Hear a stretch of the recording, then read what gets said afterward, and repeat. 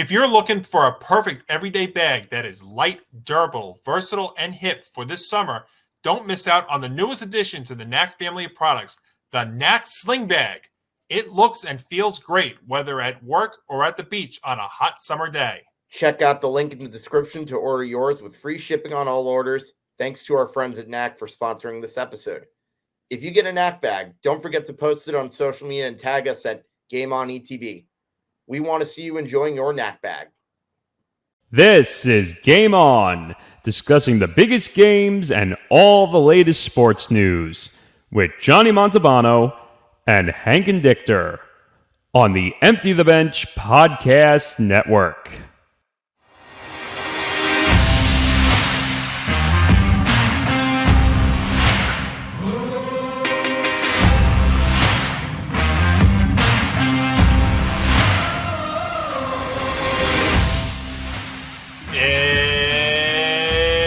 It's showtime, folks.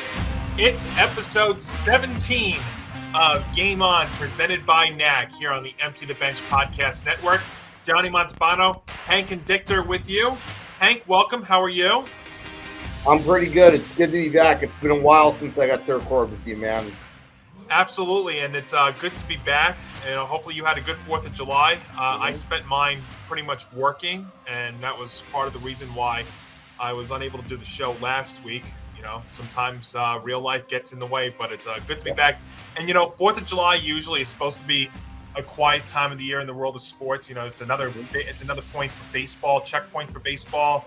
You're talking about maybe the 4th of July Nathan's hot dog eating contest, but no, anything but quiet. I mean, we have a lot to discuss again. We've got NBA free agency, we've got football, we've got baseball, we've got even a little bit of hockey. Hank and I are both Ranger fans, so we actually do have a couple of things to discuss regarding the Rangers. And of course, folks, we want to hear from you. So, make sure that there's plenty of ways to get aboard on the show. You can follow us on our social media accounts, Facebook.com/GameOnETB, Twitter @GameOnETB, Instagram, GameOn_ETB, and right there below are our Twitter handles, so you can interact with all of us. And as I said, Hank, a lot to get to again on the show, and we have to get it going here. There's a lot of different ways we could have started the show today, but I think we have to get it started here with Baker Mayfield. I remember a while back, you and I were talking about Baker Mayfield because he went on that You Never Know podcast, and his antics and his playing the last year or so made me really think that the chances of him playing in 2022 were very slim. It took a lot. And after the Browns get Deshaun Watson, and we still don't know yet what that's going to be coming to, you could really count on one hand the number of teams that Baker was a fit for. And to me, one of them was the Carolina Panthers. As somebody now who lives here in South Carolina, follows the Panthers very, very closely, I watched a lot of their games last year, and their quarterback situation was one of, if not the worst in football. And it started with Sam Darnold. He gets hurt. They bring back Cam Newton. That doesn't work. They have PJ Walker in there.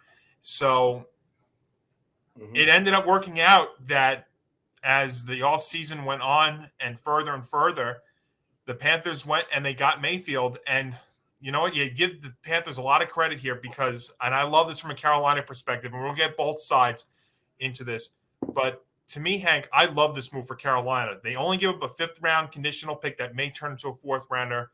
They're only paying Mayfield, I believe it's $5 million for this upcoming season. And if Mayfield's healthy, he had that torn labrum in his non-throwing shoulder. But if he's healthy and back to being what Baker of a couple of years ago and what we thought he could be, it's not a reach to think right now that the Carolina Panthers are a wild card team going into next season. So all of that considered, what were you thinking when this news broke last Wednesday? I mean, there were two things that I was thinking of. One, I thought the Browns probably had been playing themselves, and for pretty much good reason to think that, because now you essentially traded what could have been your safety net and possibly a chance to be a mulligan with Baker Mayfield getting a second chance because of the whole Deshaun Watson thing.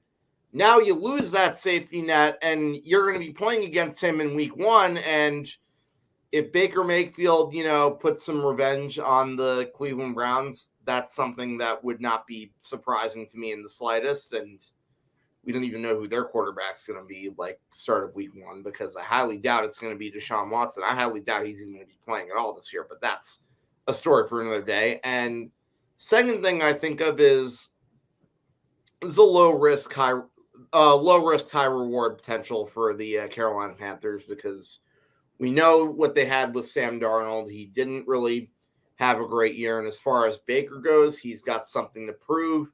He's definitely somebody who has had a little bit of success so far in the NFL, but now going to a new team, change of scenery, can he, find a way to redeem himself? I think it's definitely possible. But then again, I've never really been the biggest Baker Mayfield guy. It's never really been so much his talent that has driven me nuts. So it's been a little bit more his attitude, but we'll see what happens. And at the end of the day, I think if worse comes to worse, at least you can see if your draft pick is going to be your starter, because I don't think Sam Darnold really has much of a long-term future with Carolina. Yeah, they drafted Matt Corral as well, Mm-hmm. the kid from Ole Miss, and we have that as well. But I think this is great for Carolina because it definitely helps with their quarterback position, which I said was the worst in football last year. And so now you bring in Mayfield, and you brought it up. Week 1, they host the Browns. I mean, what a perfect spot there for Mayfield to get some revenge if he is indeed the starter. They're going to tell you that Mayfield and Darnold are going to compete for the starting job, but I'd be very, very surprised, barring some injury or anything, that it's not Mm-hmm. Baker Mayfield. And let's remember something about Carolina here. They do have a pretty good receiver in Robbie Anderson. They do have Christian McCaffrey, who's a great running back. His biggest problem is he just can't stay on the field. He's always hurt. So if McCaffrey bounces back to something and you get production from Robbie Anderson, I think right now you have a couple of win improvement right there. And with the quarterback situation and with Baker Mayfield, I think he does give Carolina a few extra wins. You know what he does also as a Giants fan? Now he gives you that week 2 game is no longer a gimme anymore, or a favorable matchup. I don't think there's any gimmies with the Giants or any gimmies in football, but it was at least a favorable matchup. And now all of a sudden it's not really that favorable going into week 2. But I like this move from Carolina because they didn't give up a whole lot. They're not paying Mayfield a whole lot. And he, by accident, improves their quarterback situation. And in an NFC that you can count on one hand the number of great teams or even really good teams, Carolina now can compete for a wild card spot with 7, 8 wins. I don't think that's a crazy thing to think about here, because Mayfield has shown you some signs before. I think part of last year was that torn labrum in his non-throwing shoulder really hampered him and really affected him.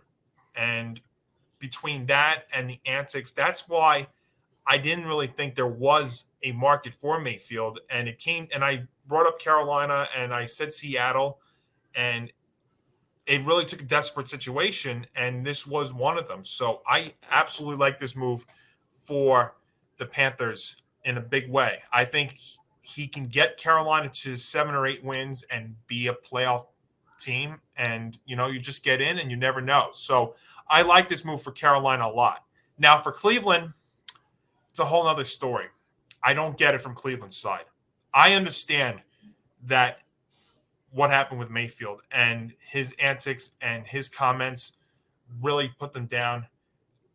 Trading for Deshaun Watson, giving him all that guaranteed money, not knowing what's going to happen to him and how long he's going to be suspended. We're still waiting to hear about that suspension.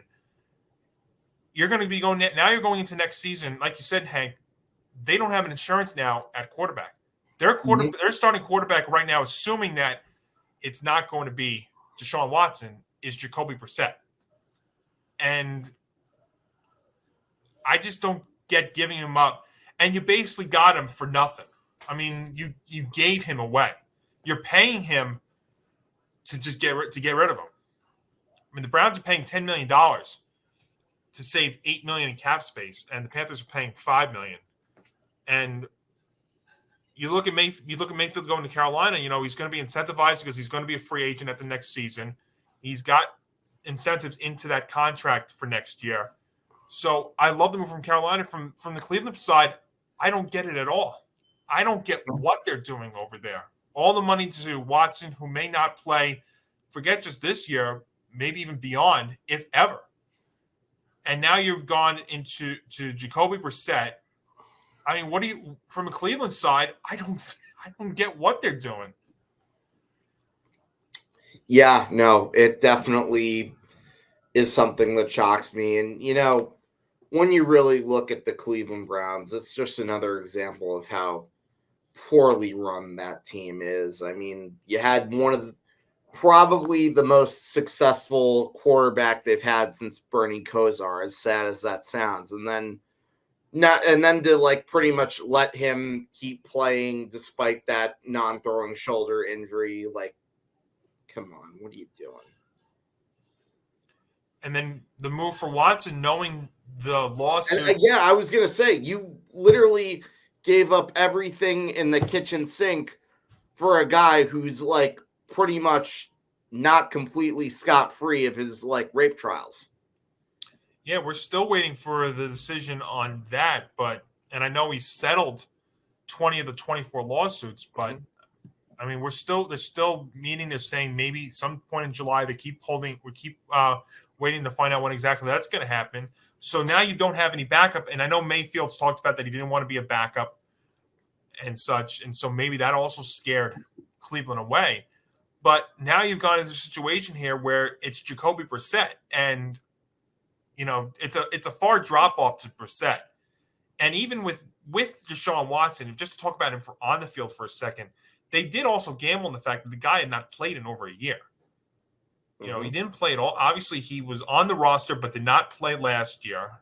And if you don't play for a year, I don't care how talented and stuff you are, you're going to be rusty. So from a Browns side who's had some players on that team, it's going to be a very, very rough sell over there in Cleveland.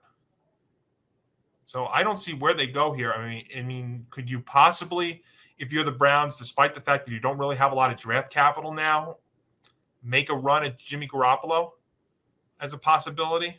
I mean, we've heard about his name before. We know that he's coming off the off-season surgery.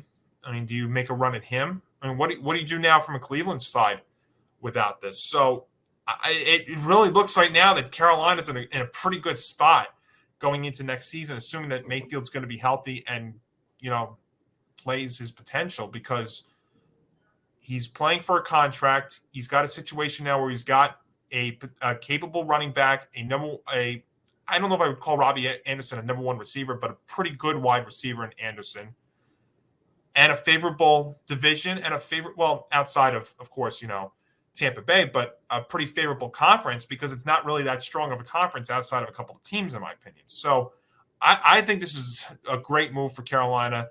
They got him at his lowest value, and it's really, like you said, low risk, high reward. I love this move for Carolina. From Cleveland's side, you poor people of Cleveland, of the dog pound, I don't know where it goes from here. I really don't. But this news broke on Wednesday. We finally got an answer to the Baker Mayfield question for 2022 as he goes to the Panthers for a conditional fifth rounder. One other bit of NFL news that broke this past week: Commissioner Roger Goodell was on CNBC and was talking about DirecTV and the NFL media, and he said, I quote, "I believe NFL media rights will be moving to a streaming service," and that's regarding DirecTV. So if you have the Sunday Ticket, this is not looking too good there. This is a sign, though, of the future in not only sports but in TV with all this streaming stuff. And when I watched this interview online a couple of days ago, actually the first thing I thought of, Hank, was I'm going to feel for my restaurant friends and all the restaurants and bars and stuff that rely on Sunday Ticket, because now you go to a streaming service. I mean, what's that do for their business? Yeah, that's a good point. I think it's going to be really odd seeing all these games be moved to a streaming service. And I mean, Look, I guess this is the future of pretty much sports, but yeah, I don't know if I really am 100% in love with the idea of the NFL being moved to like a full out streaming service, you know? Yeah, and you couple that with the Thursday night Amazon package Mhm. that's going to be happening. But I think it's a sign of the times, and I will say this will work for the NFL more than it's working for baseball. That is the one thing I will go with because people will go to the Mhm. streaming service because they love their football. It's a national game. I mean, it's more of a national game right now than baseball is. It's totally different with baseball, but I think this is an inevitable time. I mean, it also only fairly affects the people with direct TV. I mean, if you've got a regular, package and you watch the games on, Fox or CBS or, the Sunday night games on NBC or ESPN on Monday night, then it's not going to affect you. But it's really going to affect you if you have that direct TV stuff. And I know a lot of people that will do that, but that's also what a lot of the bars and the restaurants do. So it was weird. The first thing I thought about when I heard this was I feel for the local restaurants and, the chain restaurants and stuff that do rely on a lot of their business on football Sundays. Yeah, no, I pretty much agree. I'm one of those people that goes to a lot of those bars on Sundays to watch a game, and like I feel bad for those bars that like can't really stream the Giants games on a Sunday if it's going to be to a point where the Giants are playing like on a streaming service, because like I feel like that's where they really like get their business. So Yeah, and look at my angle here for a second. Now, I don't have direct TV, but think of somebody like me who lives Mhm. in South Carolina, is a fan of the New York Football Giants, and the Giants have been one of the worst teams in football the last several years. So the only way that I really get a chance to watch them on like the Fox signal here in South Carolina is if they're playing an NFC South team in all likelihood. Either it's the Panthers, like they're going to play in week 2, or maybe the Falcons or the Saints, or the Bucks, or if it's on Thursday night or Sunday night or a national game or Monday night ESPN. And they haven't really done that because they haven't been that good lately. They haven't really had a lot of national broadcasting games. They've usually been, let's be honest, third or fourth. They had the third or fourth string commentators and sideline reporters. So it's not like they've had the A or the B game or the game of the week because they've been that bad. Now this year might be a little different. They might make a little improvement, but if I don't get them in that situation, I'm not going to get them at all. So I have to go to a bar or a restaurant.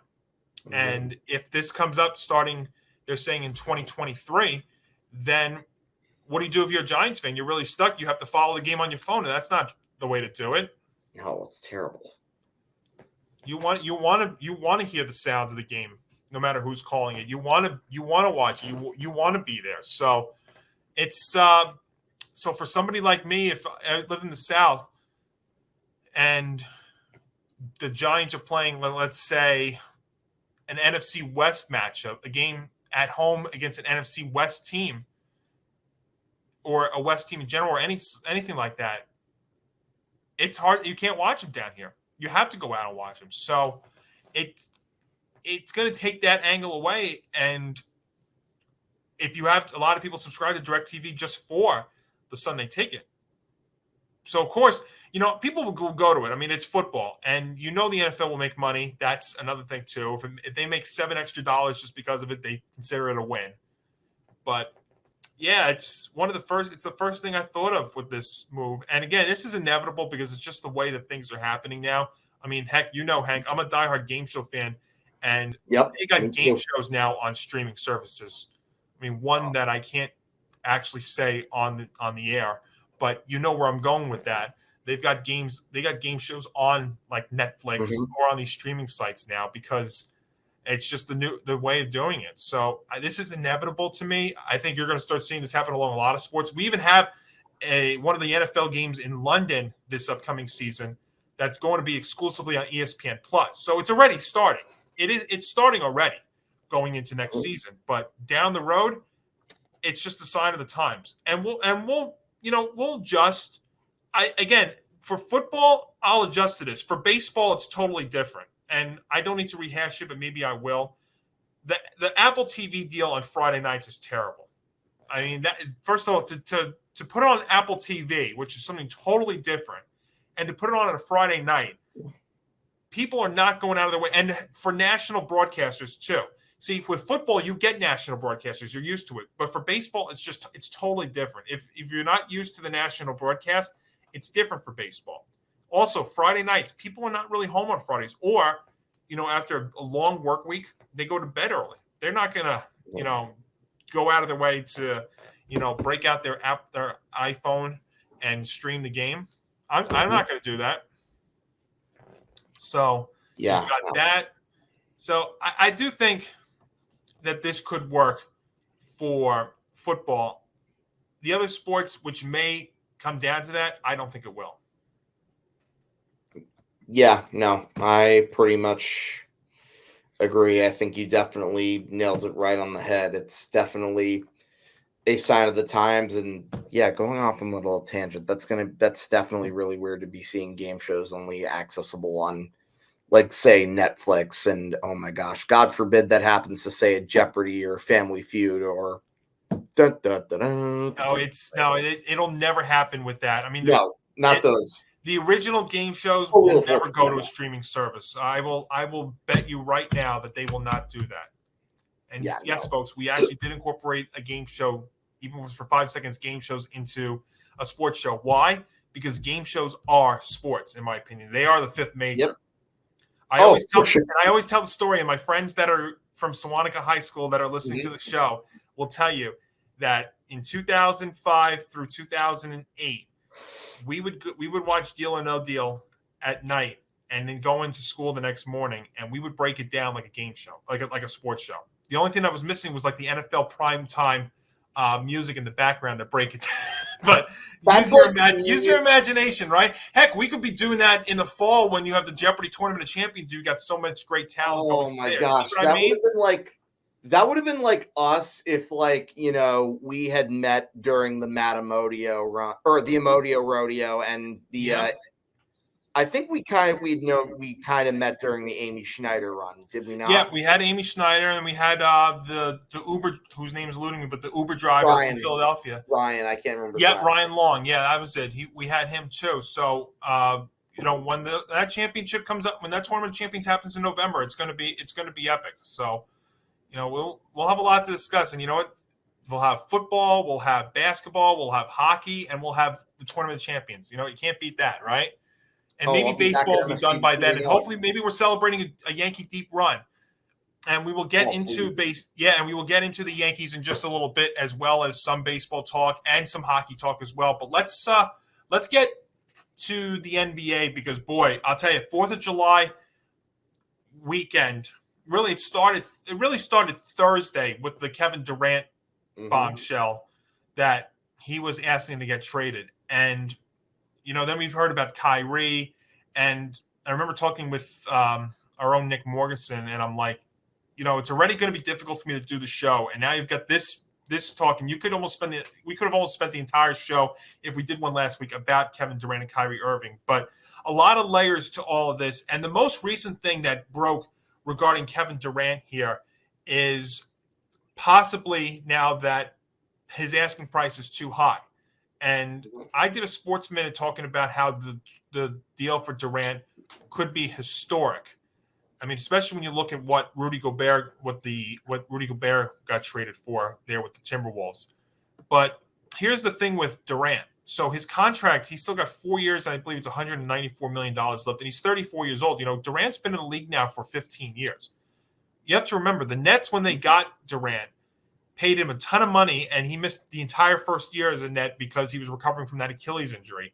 Then, last year he gets hurt and misses some time too. So he's getting up there in age as well. He's still a great player. There's no doubt about it. But he's still got 4 years left on his contract at $194 million. You can't expect him to play a full 82 game season anymore. And this is not a knock. The number of teams that can take on a Durant in terms of his salary and fits and trying to make contracts work is not that many. It's very, very few. So it could be more of a situation that it could be next year that would make more sense there. as far as Kyrie Irving goes, you know my thoughts about Kyrie. I ship him far away if I'm the Nets. But the Nets are actually, as now we've had about a week plus to really think about this and break this all down. As much as I would say it makes sense, I don't know really where you can get these two to go that make the deals work. And then that also factors in so then if you don't trade Durant going into next season, you're going to have an angry guy who wants out on your roster going into next season. So the Nets are actually, if you think about it now, they're in a very, very difficult position between Durant wanting out, Kyrie, who you never know what it is with him, and a Ben Simmons who has now not played in over a year. And what is Ben Simmons at this point? The Nets now are going into next season, possibly if they don't make any moves, as a team that is hard to figure out. Yeah, no, I can't imagine being a Nets fan right now, and I'm thinking about you at this point, Nick Morgeson, if you're listening to this, which I know you are. But anyways, yeah, no. You knew that they were like on the cusp of winning a title. Every time I look at the Brooklyn Nets, I think of so many what ifs. Like, for instance, what if, like, they decided not to even entertain the idea of trading like all your depth away for a super team, adding James Harden into the mix? What if KD's foot was maybe a few inches behind the line? What if they, all three of them, KD, Kyrie, and James Harden, actually played more games together? Now, like, and the ultimate what if? What if Kyrie Irving didn't miss so many games? Now it's all pretty much going to be gone. And gosh, if you're a Brooklyn Nets fan, that is such a tough pill to swallow. Not that I necessarily feel sorry for that franchise as a Knicks fan, but like, still, you can't help but feel at least a little bit of sympathy for the true Net fans. And gosh, if this were the Knicks, front page news, all the tabloids would be going nuts. Well, I mean, the Nets did want the back page of the newspapers when they had these players, and they had the back page all to themselves last Thursday with the Durant news. Mm-hmm. Hank, I think you nailed it. There's really not much more to add for me. I would just go on to say, though, specifically, if I look at one moment here that I think really ruined the Nets in this situation, it actually was the trade for Kevin Durant. I mean, for James Harden. Yeah, because. And I didn't even mention that they traded him for Ben Simmons too. Well, yeah, that's kind of where I'm going at, because I documented this in a week or so ago, how this has now been this 3-year run has really been nothing short of failure. It could be the most historic failure that we've seen in quite some time, because to think about where the Nets were, you trade all that draft capital and valuable players for James Harden to only trade him 13 months later for Ben Simmons, who hasn't played yet. And Simmons now is really hampering the Nets in so many ways, because we don't know what kind of player he's going to be when he comes back. He actually complicates the trade possibilities for Durant. And Durant's salary, and this is another thing too with the NBA, Durant's going to be making $44 million. You have to, I believe it's up to 80%. You have to match that. So there are so few teams that could do it that it really, I mean, it's not like any other sport where you could just do a salary dump or something. You can't do that in the NBA unless you match up the contracts, I think at least 80% of it. So the Nets they're really stuck. Mm-hmm. So, and that's really the thing. And the problem you also run into is, if you're going to be asking for so much back, think of a team that, like the Phoenix Suns, for instance, is an interesting spot, because there have been reports about them. Would you trade so many valuable players that you have on your team to get over the top with Durant? Or like a Miami Heat, which was another one, which I know is kind of difficult to do, because there's a certain way you have to do it with the Miami Heat. I think with Miami, it kind of makes sense. But for some teams, do you give up all the draft positions, your future picks to make a run here, knowing that down the road it might hamper your team down the road. And that's what I think the Nets have done here because of all the first-round picks they traded for James Harden to only trade him for Ben Simmons and Seth Curry and not get all that capital back. I mean, it really – the Nets right now, I mean, it's a tough spot right now because now all their future picks are gone, and you're not – and I don't think they're going to be able to get all that back in the trade with Durant here. So this really all started, to me, this downfall for the Nets, or whatever you want to call it, really started on the day that they traded for James Harden. To give up Jared Allen, to give up Karis LeVert, and all those first-round picks and pick swaps. You don't think somebody like Jared Allen or Karis LeVert on this team would be very helpful right now? Could have used those guys. I know they got a Joe Harris, but I mean, they could really have used those other two guys too, because we've seen it now in the NBA. We've seen as much as it's about your stars, it's also about your role players too. Let's take the Golden State Warriors, for instance, who just won the NBA championship. They obviously have Steph Curry, Draymond Green, and Klay Thompson. But look, who were two players that we talked about a lot in the finals? Andrew Wiggins and Jordan Poole. Yep. So the Nets here, they're really in a tough spot. Now, if Kyrie Irving, who did opt into that $36 million contract for next season, if he decides to play and there are no antics and he can be the Kyrie Irving, if Durant somehow buys back in, the Nets are right in the conversation once again for best team in the East. I mean, obviously you got to get past the Celtics, you got to get past the Heat and the Bucks, but the Nets are still in that conversation. Mm-hmm. But I'll tell you right now, as we sit here in the middle of July, it's hard to think about that right now with everything that's going on, and it's quite a tough spot right now that they're in. Yeah, I do not envy that franchise one bit. And but, again, I'm just going to mention this because of all that's going on. Yeah. Think of the alternate universe if that's a 3-pointer instead of a 2-pointer. How much different would things be today? Sure. No, that's a very good point. There's like you said, so many what ifs. Because they probably would have won the title if that had gone on. Because I don't think either Atlanta or Philadelphia would have beaten them in the conference finals, and I don't think so. Phoenix would have been tough, but I think they probably would have been able to get the job done. So yeah, I don't think they would have matched up well, but yeah, it's a very interesting spot. At the very least, they would have been in the finals, and they probably would have thought, "Hey, we got something to build off of."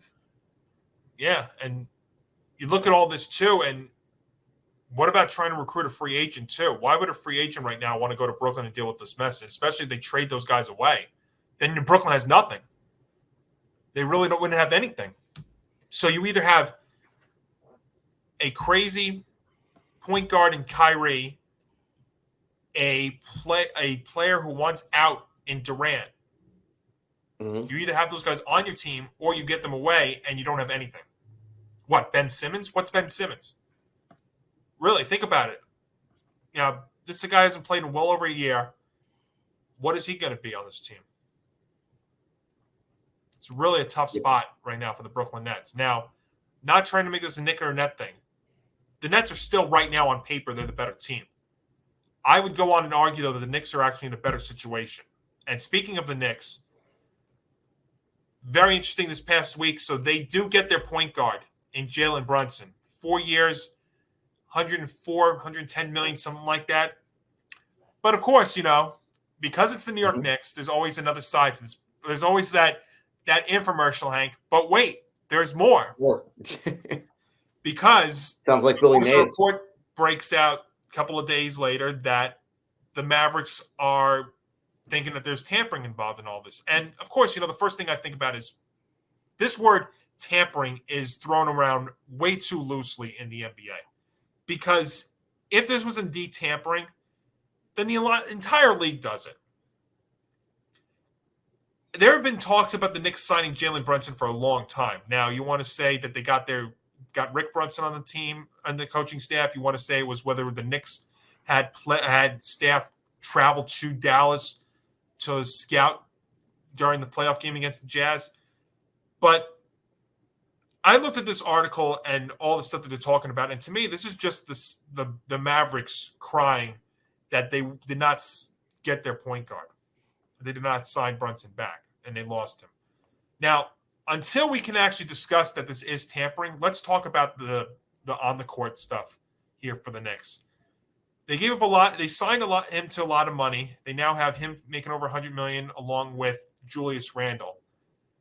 To me, I like this move because while Jalen Brunson to me is not really a top 10, maybe he's a top 15 point guard, one thing he does do is he solidifies the point guard position for the Knicks. And I think that's very, very helpful. The Knicks have been going on now for way too long, trotting out so many different guys at the point guard spot.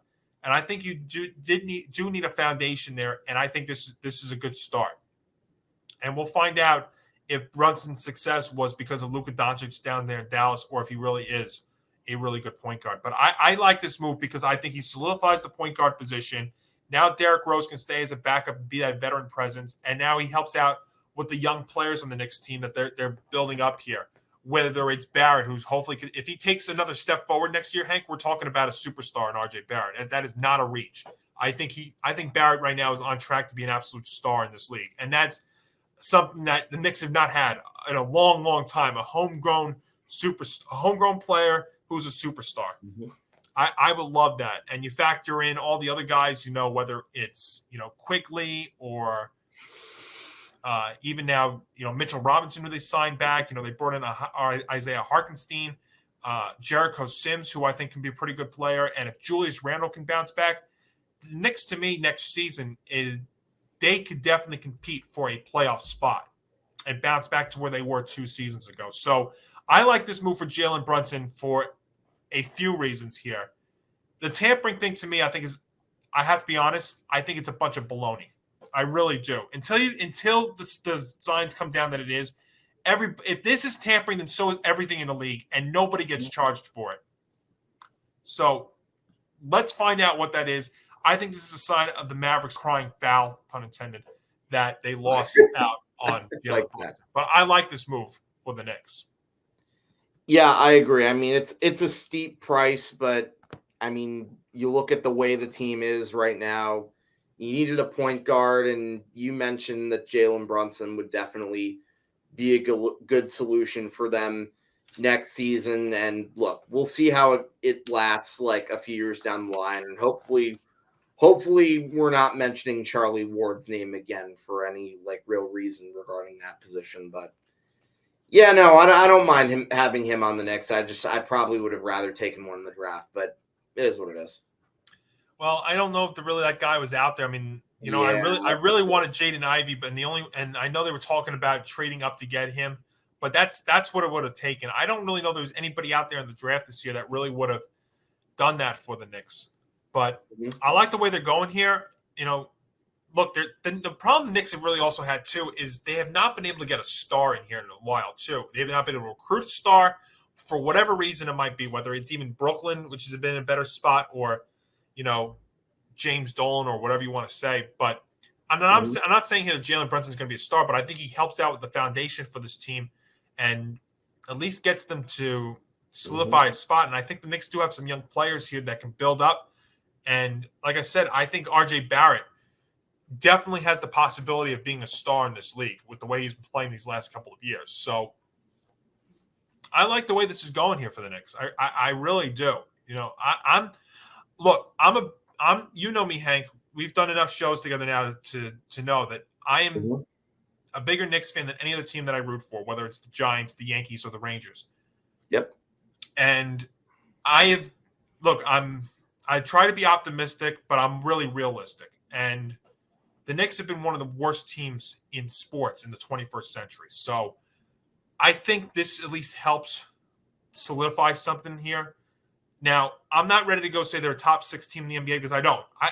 I'm thinking right now, the way the Knicks are, I think their ceiling right now is possibly playing into that NBA play-in tournament, which we're going to talk about in just a second. I think that you can get to that, but this move doesn't take them over the top, but I think it definitely gets them in the right direction for sure. Yeah, hopefully we get two playoff teams at Madison Square Garden next year. So that would be awesome. It's been so long since we've been able to say that. Gosh, like what, 2013, 2012? Yeah, it's been a while. Yeah, it was had to be 2012, 2013 when the year that the Knicks got Carmelo. That 54-win team. Speaking of the play-in tournament, we were just saying about that with the Knicks. So, Woj was reporting that the NBA Board of Governors is expected to approve the play-in tournament as a regular part of future league seasons. The only thing I would say about the play-in tournament, I understood in the beginning for it. I really would only like this tournament, though, to be a regular thing if we shorten the NBA season. And that is something that I know that Commissioner Adam Silver has brought up in the past about shortening the regular season. And I'm all for it. I understand. The first thing people are going to tell me is, Johnny, they're going to lose money that way. Well, here's the thing I would say. One of the biggest problems right now in the NBA, to me, is all of these load management days and these rest days that these players are taking. And I think that if you shorten the regular season down to 72 games, let's say, while it wouldn't totally eliminate the load management days, I think it reduces the odds of it happening.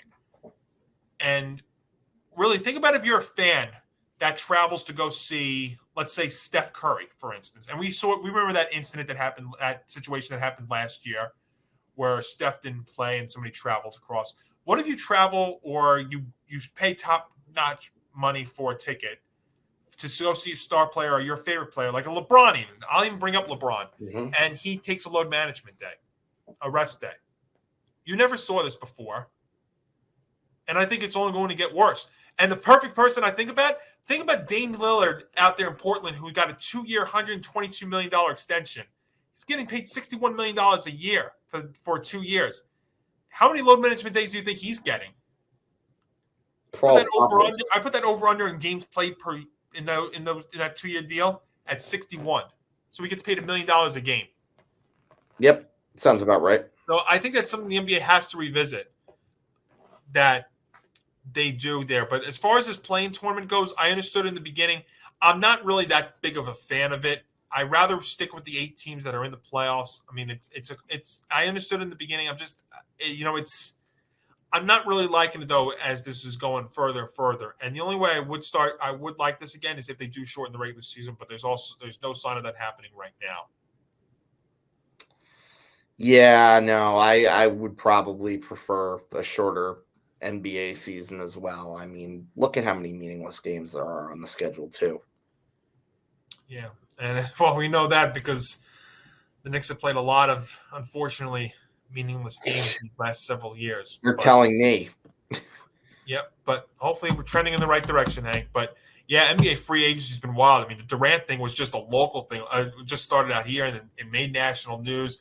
But when we haven't even spoken about all the other big moves that happened, whether it's all the big max player contracts or it's, the big deal with Gobert or anything else that's happened. I mean, this all season sometimes is this free agency off season period is almost as exciting, if not more, than actually during the NBA, the regular season.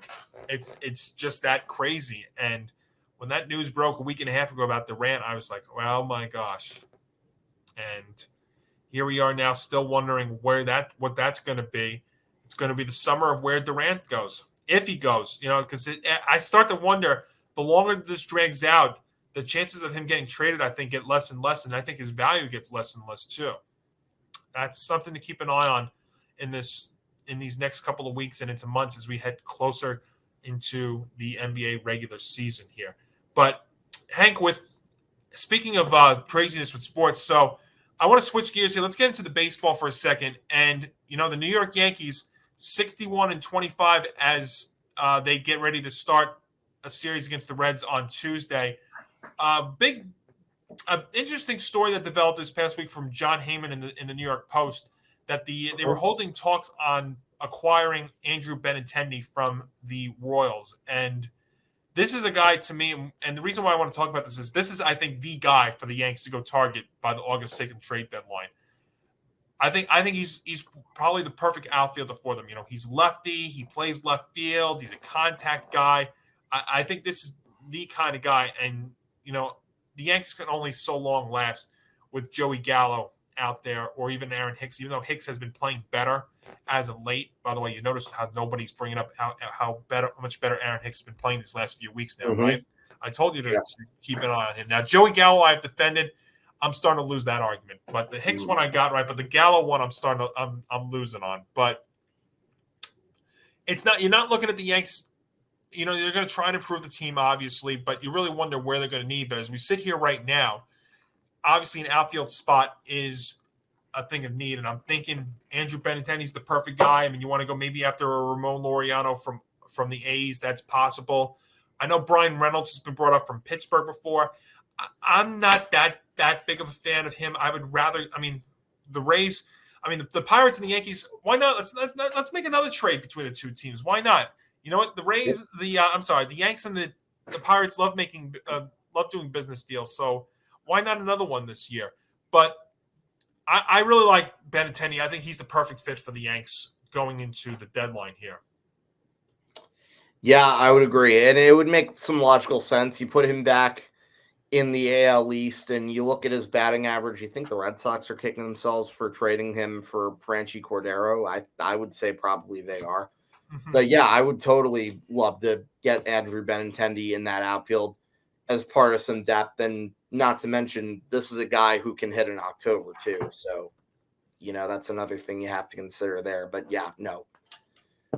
Gosh. And another thing, you have him playing in a big game against the Red Sox.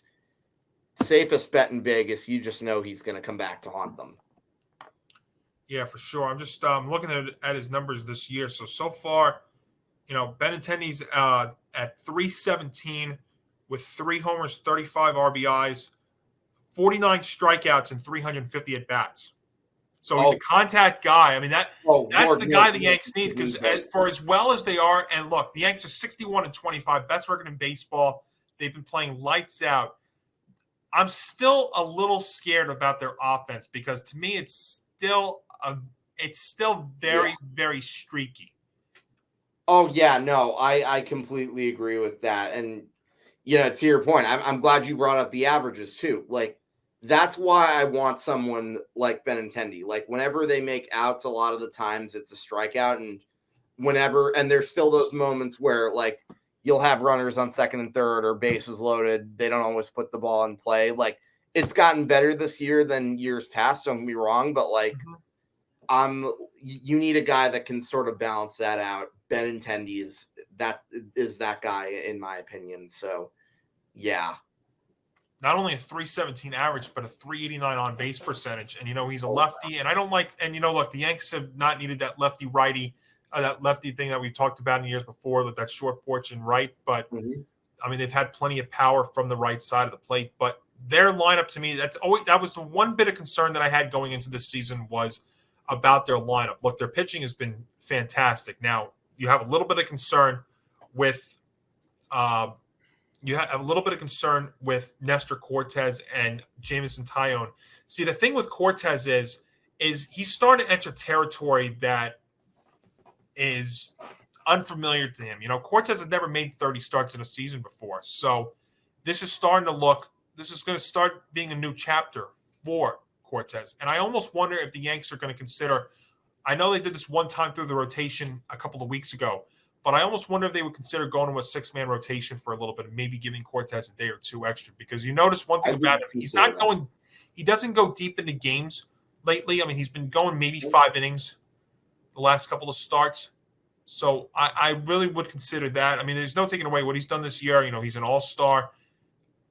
I kind of wonder, though, now as he starts entering a kind of unfamiliar territory, if he's going to start morphing back to reality a little bit. Speaking of Nestor, I just got to show off this one of my newer shirts from Roto Wear right here. You'll love it. Let's take a look at this thing.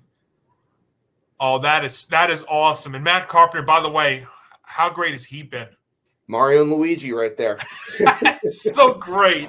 that really is awesome. Oh my gosh. I saw this on RotoWare. Same place where I got this shirt, by the way. That's baseball, Susan. Oh Absolutely. yeah. You know I love quoting John Sterling on you all the time. And yeah, no, he has been another great acquisition. I mean, 10 home runs already in 62 games. That's crazy. But yeah, and a 340 average. I mean, he's making contact. I like that. That's why by to the me way, this that reminds me, why would you take him out of the game for Joey Gallo? I didn't get that. To be fair, the umpiring on Sunday night against the Red Sox, I mean, that strikeout to Stanton was just absolutely ridiculous. But at the same time, though, you can't be blowing leads like that. Was that? It was, but you can't be blowing 6-2 leads. No, you can't. And the problem was also, DJ LeMahieu he didn't get 2 errors. I mean, he made 2 calls for catches that he probably should have let the outfielder come in on. But that was the first bit of rough. That was kind of rough blowing 2 leads there, 2 games like they did in Boston. But you know what? Over a 162 game season, that's going to happen. John Morosi tweeted on Monday that the Yanks are looking at a number of outfielders on the trade market, like we had just said, and they're also looking at Royals center fielder Michael A. Taylor as them. Taylor won a Gold Glove in center last year, and he would help. As Morosi says here, he would help Boone keeping Judge, Stanton, and Hicks healthy in the second half in the postseason. See, that's the thing, too, with the Yanks, and this is what I've been going on and saying, too. So the way that their roster is constructed, they've been able to rotate that DH spot, and that's why they've been, for the most part, a pretty healthy team, especially in terms of the position players. I mean, it was outside of, I think it was Stanton who had a minor 10-day stint, and Donaldson. They were able to rotate that DH spot to keep guys fresher. They've got LeMahieu being able to play 3 different positions, and now you have a Carpenter in here who can play multiple positions as well. So they really are set up. But I would look at, and that's why I was talking about even a Laureano from Oakland to get a capable, legitimate center fielder, because then what you could do is slide Judge back into right, because him playing center, while he's played it well, I don't know if you necessarily want to keep doing that going forward. But the Yanks are going to make a move here for another outfielder, I believe, as long as they're not trading Volpe or Dominguez. I mean, all these other guys, I think they're right up there. I mean, maybe even like a JP Sears is going to be available. You could look at something like that. So I think it's definitely possible here that the Yanks do make a move. But Bentinendi, to me, I think is the guy. I think he is the perfect guy. Of course, at the right price. We're talking about him right now. If the Royals are calling up the Yanks and say, hey, yeah, I want Volpe or Dominguez, then the trade's off. That's what it is. I mean, I'm not making that move if you're acquiring one of those 2 guys. Oh yeah, no, absolutely.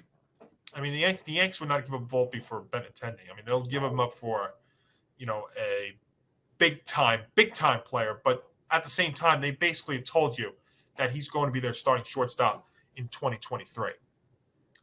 I mean, you don't make these moves. You don't hold him down there not to trade him for something like a Bentinendi. I mean, that's not a knock on Andrew. That's just the reality. I mean, that's really what it is regarding him. But look, Yanks are 61-25. They've totally exceeded my expectations. I thought they were a 90 to 95 win team, and they're on track to win 100 games. And so are the Mets. And, I didn't bring this up in our rundown before, but I want to spend a second here on the Mets real quick because they're in the middle of a big 3-game series against the Atlanta Braves, as they have just a game and a half. They started this week a game and a half in front of the Braves. And I know I've had my friends tell me about this too. They're thinking the Mets are collapsing. This is not a collapse right now with what's going on with the Mets. The Mets are still on track to win 100 games, but this series is huge, coming up this week with the Mets and the Braves. And I think it's only going to be a matter of time before the Braves overtake the Mets. And it's not it's not against the Mets. I think it's just because the Braves are that good. I mean, look at what they're doing lately, and they don't have Ozzie Albies playing second base. They're doing, Austin Riley, who should have been an all-star third baseman, look what he's doing. Olsen's playing great. Acuna, obviously, Dansby Swanson is short. Their pitching staff, they've got that catcher DH, William Contreras. They are a loaded team right now. And just think about what happens when they get Albies back. And how about this series coming up with this week with the Mets as they go out and trade for Cano who went to the Padres, and watch him come back to face the Mets this week. So a huge series here in the middle of July between the Mets and the Braves. I think the Mets are going to be just fine. So I would tell my Met friends to just take a nice deep breath. Look, it's a little bit of a struggle, but this is not a collapse. This is a point. This is a case of the Braves playing exceptionally well, and they're also playing like, let's be honest, the best team in the division, which to me they still are. So I don't think this is really a collapse. I think it's just really more credit on how great the Braves are playing here. Yeah, I definitely agree. I'm still sticking to my guns with predicting the Atlanta Braves to win that division. I mean, they probably should be in first place right now if you really think about it. Like, they had that West Coast trip or not the West Coast trip. They played the Giants and the Dodgers. There were a few really close ones they lost in that series, but I mean, other than that, the Braves are just like, they're playing against all these teams like the Nationals a lot, and they're not losing to the Nationals, which I think is really important if you're going to put a lot of pressure on the New York Mets to keep that division. But fortunately for the New York Mets, they're getting Max Scherzer back, and he's starting the first game of that series against the Atlanta Braves. And then you're probably going to get DeGrom back after the All-Star game. But still, as Tom brought up on Review and Preview, how do you know for sure that those guys are going to have the same form in the second half of the season if they're even going to pitch at all? But I have to say that because of their injury history. So I can't really, I still can't say the Mets are the better team, but it is possible. They have a much better culture than in years past. So if the Braves, if God forbid the Braves start losing and then the second half, I think the Mets definitely have a better team that's equipped to handle the Braves in, say, September. So I feel better about them, but I'm still not 100% sold on them. I'm more comfortable with them this year because of somebody like Buck Showalter. And absolutely. He's and their ability to come back. And also Steve Cohen, too. Just like we said with the Yanks, the Mets, to me, are also going to be very active come deadline time. A DH, I think a power bat is somebody they're definitely looking at. And names that I'm thinking about, Nelson Cruz, Josh Bell. Now, granted, those guys are in the same division. Sometimes that's a little tricky thing to look at, but they're going to need a power bat in here somewhere, because as much as we talk about maybe home runs being too much, that's actually one thing the Mets really are lacking in, is in the power department. I mean, you're relying basically on Pete Alonso right now, but I'm looking at them getting a power bat, and maybe depending on how their rotation and their bullpen's going to be, I'm going to be looking at least a pitcher. And that's going to be one thing to watch here, Hank, in these next few weeks as we head closer to the deadline, is going to be pitching, because there are a lot of great pitchers out there, and there are a lot of teams that need pitching, specifically bullpen too. So watch that as we head closer to the deadline. I think the Mets are going to be in the making for that. And remember, they've got Steve Cohen, who's not afraid to make moves or spend money. So it's not like years past with Wilpon. They've got a legitimate, capable owner and a legitimate manager, and they've still got a very good team. The Mets are not going to go on a 5-6 game losing streak here. I mean, they may lose 3 out of 5, but they're not going to. They're not going to lose 5 in a row here. So I actually do feel quite comfortable. This is going to be a huge series, and I think the Mets are going to be all right. They're going to be at least contending for a wild card here. I think we will be talking about them into the wild card spot as time goes on. But I'm looking at them getting a big-time power bat and also a reliever, or maybe, dare I say, even a starting pitcher if Tyler McGill, I know he's out till at least August, and I don't know about DeGrom. I know he's making rehab starts, but he's still a little ways away. I mean, this is only his third one coming up this week, and he's trying to build his way back. But you know what? If you get something out of him down the stretch here, it'd almost be like as good as making a trade for a pitcher. And so we'll find out. But I still think that the Mets are going to be all right here, and I think we're going to have relevant baseball from both sides heading down the stretch here, which is really what we need and what baseball needs in a big way. But speaking of New York teams and success, the New York Rangers had a very successful year, obviously, and their schedule got released. And while we get to that, I wanted to ask you real quick here, because I know you're the big-time Ranger fan. Mm-hmm. When you heard the trade for Georgiev going to Colorado and the fact that they got 3 picks for him, what did you think when you heard that? I thought that was a win. I mean, look, it's obviously there are probably people wanting more for that, but draft picks are draft picks. I mean, you never know who you're going to find that late in the draft. I mean, look, Adam Fox was drafted, granted not by the Rangers, but he was drafted in the 3rd round, and there's been so many other talented players that have been drafted later than that. So that's one of those areas where, one, you have to trust your scouting department, and you got a little bit in return what you lost during the deadline when you traded for Andrew Kopp and Mott and Vetrano. So yeah, I think that's definitely a win for the New York Rangers. Now, obviously, it's going to be tough to lose a good backup in Georgiev. I know a lot of people gave him like a hard time for like not being as good as Igor, but like when I really look at Alexander Georgiev's tenure with the New York Rangers, in a way, I pretty much feel bad for him because like he came up and for pretty much a year and a half, he usurped Henrik Lundqvist as the starting goaltender. Like, he outplayed him in the 2018-19 season. Everyone forgets this, but he had a 55 save performance and a win against a really good Toronto Maple Leafs team. And then in 2020, up until like Igor got called up, like if you look at who was posting the better numbers, like it was obvious that it was Georgiev. And then once you had all 3 goaltenders, like even when Igor missed a bit of time after he got in that car accident, and I don't know if you remember that. I do. Georgiev was basically the starter until the pandemic while Igor was out. And so, and the only way like he lost that was when the pandemic hit, and then they decide, oh, let's start Henrik for old time's sake. They get swept out by the Carolina Hurricanes, but you know, he remained a pretty decent backup. I know he didn't have as good of a year in 2022, but the fact of the matter is he wasn't going to get as much playing time with Igor as the starting goaltender. And I think he needed to go somewhere where he needed an opportunity as a starting goaltender in the NHL. And with the Avalanche possibly not being able to retain Darcy Kemper, and you can't go into next year with Frank Hughes as your starting goaltender, I think it was definitely smart to trade him to a team that has an extremely talented core. I mean, gosh, Nathan McKinnon, Gabriel Landeskog, unreal.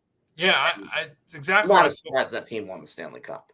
Definitely, yeah. And I when I heard this trade, I was like, wow, I got 3 picks from that's awesome. And to have him go to Colorado where he could play, where it looks like he could play every day, and behind that team, I thought it was a win-win for both teams. I really do. So now, I will say this: do you want to know what I'm kind of sort of fantasizing as a possibility for our new backup, even though I don't know if it's going to happen? Sure. I would see. For me, I would like I think a veteran backup would be perfect for the Rangers. Yes. I when you looked at the Lundqvist thing, he took over in season 4 of veterans, so it was a little bit different. But yeah, what do you got? Bring back Cam. Bring back the goal buster, please. I would love to see him. Actually, it's not a crazy thought, and I would like that a lot. I would, oh my gosh, if we brought back Cam Talbot as a backup goalie, that would be great. I mean, he was one of my favorite Rangers goalies of my lifetime. I mean, he pretty much carried like everyone forgets, but his numbers during the 14-15 regular season statistically may have been better than Henrik's. And part of that had to do, obviously, with the injury that Henrik had. I was at that game February 2nd against the Hurricanes, but from that point on, he was doing nothing but win, and he was so hot during the second half of the season. And remember, there were actually people that thought that Cam should have started that playoffs. I don't know if I'm necessarily one of those people, because I mean, at the time you had Henrik Lundqvist, and Henrik Lundqvist, he was still pretty much right at the end of his prime at that time. But if Cam Talbot was going to start a playoff game over Lundqvist, I don't know if I would have been completely opposed to that, but, again, remember who you had as your starter. But obviously, of course, they had to trade him after the season because you knew with the backup doing so well, like he was going to get paid elsewhere. And he did pretty well with Edmonton, but the problem was they just they didn't really have a defense around him after like a few years. And, he kind of bounced around to Calgary and then Minnesota. And it's looking like he's wanting out of Minnesota because they decided to re-sign and pay Marc-Andre Fleury. Why I think that's a good idea. Do I think that's a good idea? Absolutely not. As solid as Marc-Andre Fleury has been, I think he's probably one of, if not the most overrated goalies in the NHL. But that's a tangent for another day. I personally would love to bring back Cam Talbot, and you don't even have to pay him that much either. You would definitely be pretty solid, and I would say probably Braden Holtby is another possibility, but get a good backup who can, play decent and give Igor enough time off or load management if need be. There I go again using that term. Well, I think with Igor, it does make sense, and it was something you saw in the playoffs. After that 3 overtime game, how it looked like he was actually getting a little bit exhausted there, and he had to take him out a couple of times. Yeah, Cam Talbot to me wouldn't be a bad one. Now it's been a while since he's last played a full season, so he's really played more as a backup these last several years. Like you said, he had 3 years. He started most of this year with Minnesota, but then they brought on Marc-Andre Fleury and they kind of rotated, and then they let Fleury be the starter in the playoffs, and then Fleury had his typical meltdown. Right. Yeah. 40. That last year in Minnesota, what you were mentioning, 48 starts, 32 wins, goals against average of 2.76. So as a backup, I mean, you could do a lot worse. So I wouldn't be against that. I forgot, when they traded into Edmonton in that second year there, he had 42 wins. And believe it or not, that was the most wins for a goalie in Edmonton Oilers single season franchise history. That's right. I forgot, that second year, and then some changes started to happen. So I'd be fine with a Cam Talbot. The Holtby thing would be kind of interesting too. But I agree with you. I like the Talbot move to the Rangers there as possibly a backup. Now, as far as the Rangers go, because it's never too early to look ahead to next season. Well, in fact, we're about 3 months away from the start because they open up against the Tampa Bay Lightning at home on October the 11th. So 3 months away. Down the days already, and it's 92 days, by the way. What's that? We will let Michael Nylander do the countdown. 92 days. 92. Wow. Joel. No, he wasn't 92, so I can't say that. I take it back. I was going to say Joel Bouchard, but I think he was 94. No, I don't know. The only memorable 92 I can think of was Nylander, and I still remember his hat trick against the Thrashers in 07. I was there. I do remember it. Yep, quite well. But yeah, so the Rangers open up at home against the Lightning on the 11th. I was looking at it because of course, the Rangers will play twice in Carolina, and I was trying to see if there was a way I can get up to Raleigh to watch one of the games, but never too early look ahead when you look at the Rangers coming off that Eastern Conference final run this past season. So 3 months away, and the Rangers will get started.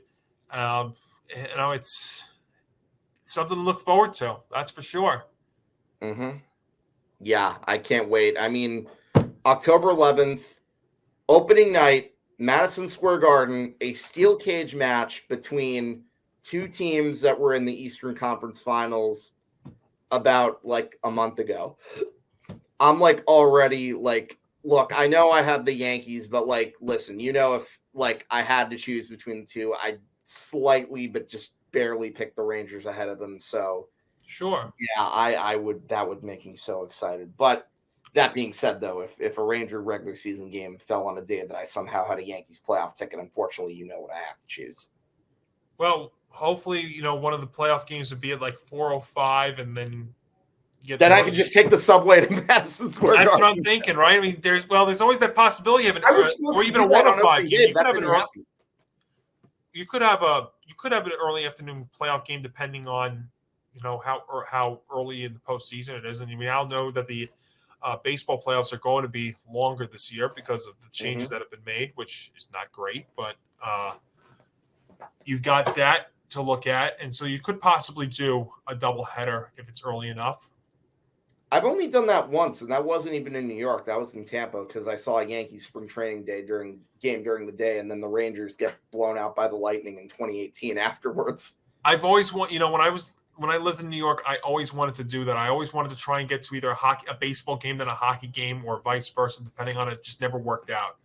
But Hank, this is going to be exciting here with New York, and I said this a couple of months ago. The potential for New York sports all around here is great, because the Giants and the Jets, when this season starts, they may they may both not be good record wise, but relevant wise, I think you're gonna be watching them for stuff all season long. So they're gonna be important.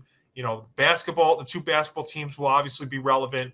The hockey, Rangers, we know that, and obviously the baseball with the Mets and the Yankees here as we inch closer to the August 2nd trade deadline. I think it's going to be exciting, not only with how they're playing, but what moves they're going to make heading into that deadline, and then down the stretch they go, and then they enter the postseason. So it's going to be great. I mean, there's so much. We could have spent a whole nother hour just talking about other stuff because there's just that much going on.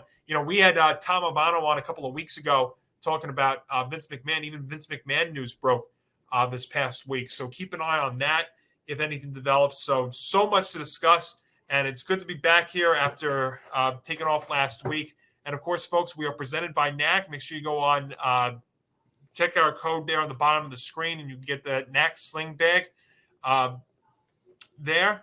And of course, subscribe to us on YouTube at the Empty the Bench Network, so you can get that. And of course, follow us along all our social media platforms, so you can see not only our show, but also, Empty the Bench, Beyond the Bench. Our new show coming in 2 weeks, the MMA Outsiders. So much to get aboard. So Hank, thanks again. That was a lot of fun.